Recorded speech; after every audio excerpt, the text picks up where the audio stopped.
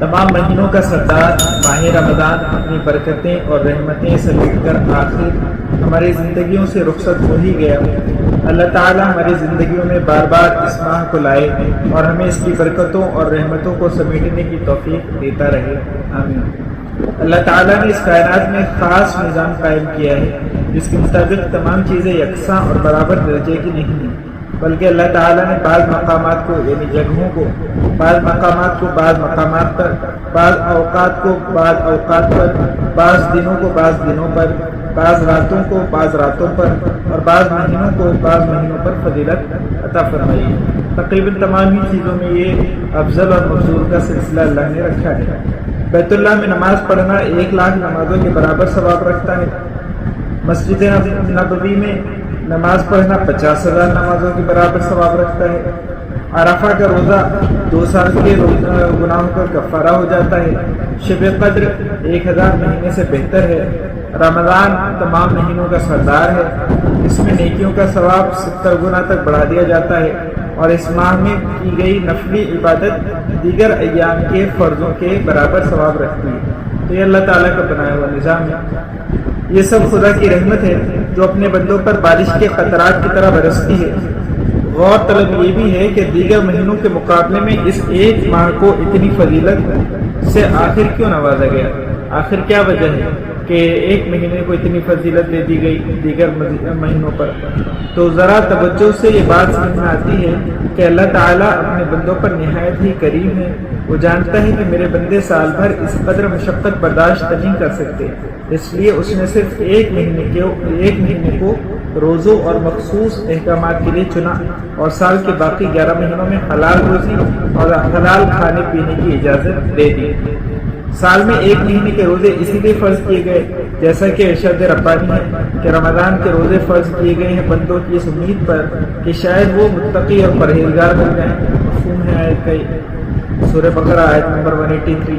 یعنی اگر اس ایک ماہ میں انہوں نے اللہ تعالیٰ کے حکم اور اس کے رسول کی کامل اتباع کر لی، اس مبارک مہینے میں خدا اور رسول کا حکم سمجھ کر حلال چیزوں سے رک گئے، تو اب یہ امید کی جا سکتی ہے کہ باقی 11 مہینے خدا اور رسول کی حرام کی ہوئی چیزوں سے بھی رک سکیں گے۔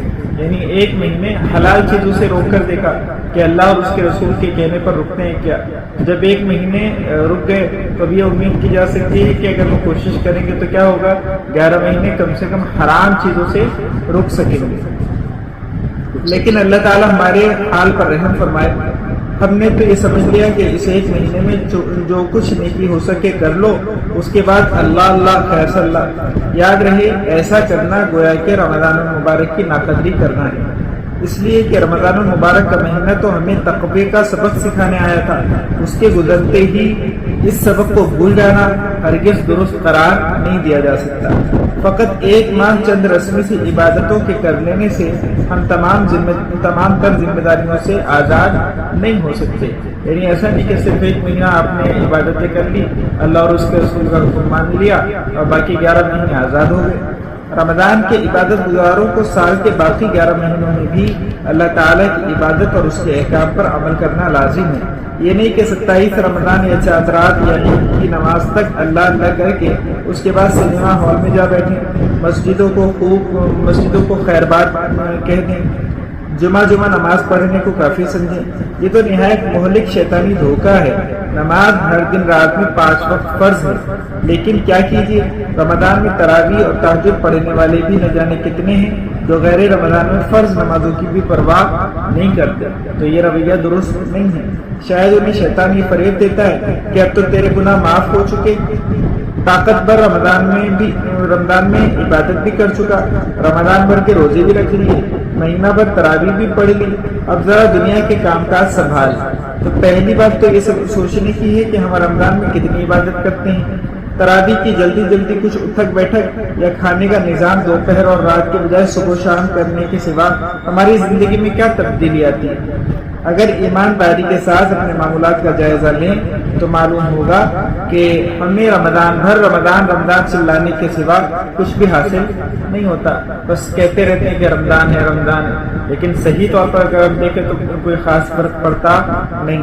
رمضان کو ہماری زندگیوں میں خوشگوار انقلاب لانے، اللہ تعالیٰ سے کمزور ہوئے رشتے کو مضبوط کرنے، ہمارے گناہوں کو جلا کر خاکستر کرنے، ہمارے سینوں میں غریبوں اور بھوکوں کے درد کا احساس پیدا کرنے کے لیے آیا تھا. رمضان ہمیں یہ سبق دینے کے لیے آیا تھا کہ جس طرح ہم رمضان میں حلال روزی سے اللہ تعالیٰ کے حکم کی خاطر مقررہ وقت میں رکے رہے، ایک خاص وقت میں جس میں اللہ نے کہا تھا رکے رہے، اسی طرح سال کے باقی 11 مہینے بھی اللہ تعالیٰ کی حرام کی ہوئی چیزوں سے رکے رہیں. جس طرح روزے کی حالت میں ہم نے اپنی بیوی سے جنسی ضرورت پوری نہیں کی، اسی طرح سال کے باقی 11 مہینوں میں کسی حرام جگہ میں اپنی شہوت پوری نہ کریں. جس طرح ہم رمضان میں نیند کے غلبے کے وقت بھی اللہ تعالیٰ کے سامنے دست بستہ یعنی ہاتھ جوڑ کر کھڑے رہتے تھے، اسی طرح رمضان کے علاوہ بھی جب اللہ تعالیٰ کا منادی ہمیں آواز دے یعنی فجر کی اذان ہو تو بستروں سے اٹھ کھڑے ہوں. رمضان میں یہ پیغام دینے آیا تھا کہ جس طرح ہم رمضان میں رات و دن اللہ تعالیٰ کے ذکر میں مشغول رہے، اسی طرح ہماری پوری زندگی اللہ تعالیٰ کی یاد میں بسر ہو. لیکن ہمارا حال یہ ہے کہ جس طرح آج کے نام نہاد مدرسے اور کالج سے فارغ التحصیل طلباء کتابوں کی طرف رخ کرنا پسند نہیں کرتے، یونیورسٹیوں کے ہوں یا مدرسوں کے، تو پھر وہ کتابیں پڑھنے کو اپنے اوپر اپنی ذمہ داری نہیں سمجھتے. ایسے ہی رمضان کے بعد مسجد کا رخ کرنا ضروری نہیں سمجھتے. ممکن ہے اس کی وجہ یہ ہو کہ ہم رمضان المبارک کو اللہ تعالیٰ کے حکم اور انعام کے طور پر نہیں بلکہ ایک تہوار کی طرح گزارتے ہیں. اسی لیے ہمیں رمضان المبارک کے گزرنے کے بعد اس کا سکھایا ہوا سبق یاد نہیں رہتا، یعنی وہ تہوار تھا ختم ہو گیا. جبکہ رمضان کا تقاضا یہ ہے کہ اس کے اختتام پر یعنی اس کے ختم ہونے پر زندگیوں کا رخ صحیح ہو جائے. رمضان میں ایک ماہ تک تقوی کا کورس کرنے والوں کو اگر اس کے گزرنے کے بعد اس کا سکھایا ہوا سبق یاد نہ رہے تو گویا یہ پورا کورس ہی بے فائدہ گیا، یعنی آپ نے پورا کورس کیا اور اس کے بعد وہ چیز حاصل نہیں ہوئی جو حاصل ہونی چاہیے تھی، گویا کہ پورا کورس ہی بیکار گیا. اس لیے اب رمضان المبارک تو گزر گیا لیکن ہمیں اس کا دیا ہوا سبق یاد رکھنے کی ضرورت ہے. اللہ تعالیٰ ہمارے روزوں کو قبول فرمائے، ہماری تراویح کو قبول فرمائے، ہماری نیکیوں کو قبول فرمائے اور ہم سب کو صحیح سمجھ نصیب فرمائے.